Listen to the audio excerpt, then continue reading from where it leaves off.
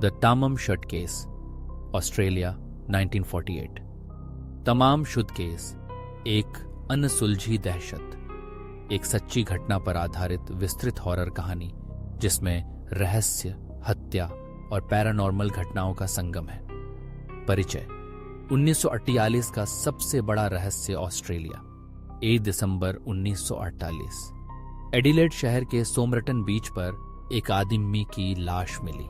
वह एक सूट और टाई पहने हुए था। उसके शरीर पर कोई चोट या संघर्ष के निशान नहीं थे। उसकी जेब में एक कोई भी पहचान पत्र नहीं था। और सबसे रहस्यमयी चीज, उसकी जेब में एक छोटा कागज का टुकड़ा मिला जिस पर सिर्फ 2 शब्द लिखे थे, तमाम शुद्ध, तमम शुद्ध। यह फारसी भाषा का शब्द था जिसका मतलब था समाप्त या अंत। लेकिन यह आदमी कौन था? उसे किसने मारा? और इस संदेश का क्या मतलब था?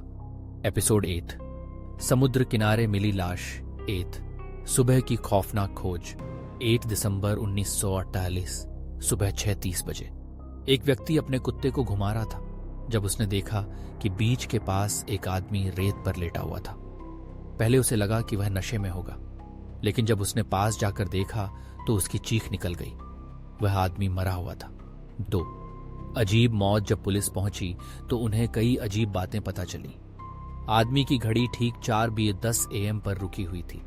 उसके जूते अजीब तरह से चमकदार थे, जैसे उसने जमीन पर चलने के बजाय किसी गाड़ी में सफर किया हो। उसके शरीर में कोई जहर या जहर के संकेत नहीं थे।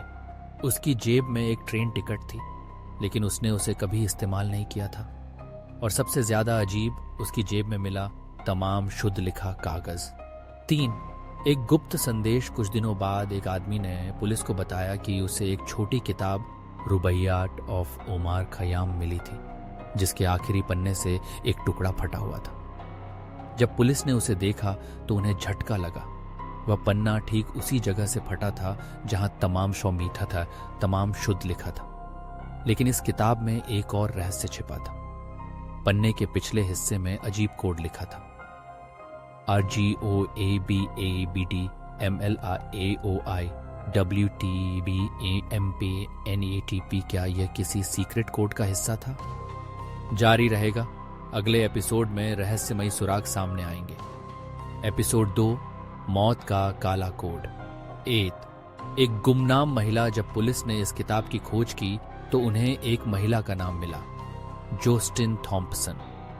जब पुलिस ने उससे पूछताछ की तो वह घबराई हुई लग रही थी। जब उसे मृत आदमी की तस्वीर दिखाई गई तो उसका चेहरा सफेद पड़ गया। उसने दावा किया कि वह उसे नहीं जानती, लेकिन उसकी आंखें कुछ और कह रही थीं।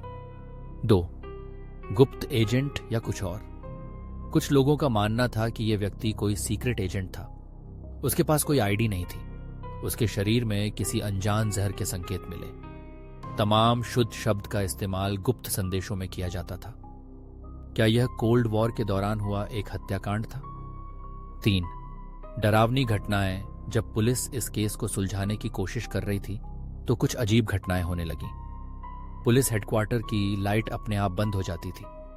जो पुलिस अधिकारी इस केस पर काम कर रहे थे उनमें से 2 रहस्यमय तरीके से बीमार हो गए।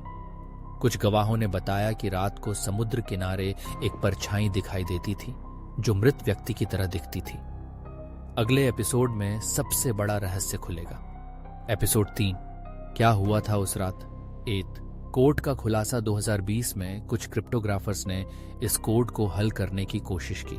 उन्होंने पाया कि यह एक मिलिट्री कोड से मिलता जुलता था जो युद्ध के दौरान इस्तेमाल किया जाता था। क्या यह आदमी किसी मिशन पर था? क्या उसे पकड़कर जहर दे दिया गया? 2 क्या आत्मा अभी भी भटक रही है? कुछ पर्यटकों ने दावा किया कि जब वे सोमरटन बीच पर रात को घूम रहे थे तो उन्होंने रेत पर किसी के पैरों के निशान देखे जो अचानक गायब हो गए। ठंडी हवा में धीमी फुसफुसाहट सुनी। पानी के किनारे एक सूट पहने आदमी को खड़े देखा जो कुछ सेकंड बाद गायब हो गया। क्या यह मृत व्यक्ति की आत्मा थी? 3 अंतहीन रहस्य आज भी। तमाम शुद्ध केस अनसुलझा है। कोई नहीं जानता कि वह आदमी कौन था। कोई नहीं जानता कि उसकी हत्या हुई थी या यह आत्महत्या थी। कोई नहीं जानता कि तमाम शुद्ध का असली अर्थ क्या था। लेकिन अगर आप कभी सोमरटन बीच पर जाएं और आपको लगे कि कोई आपको देख रहा है तो पीछे मुड़कर मत देखना। क्या यह सिर्फ एक हत्या थी या कुछ और? आप क्या सोचते हैं?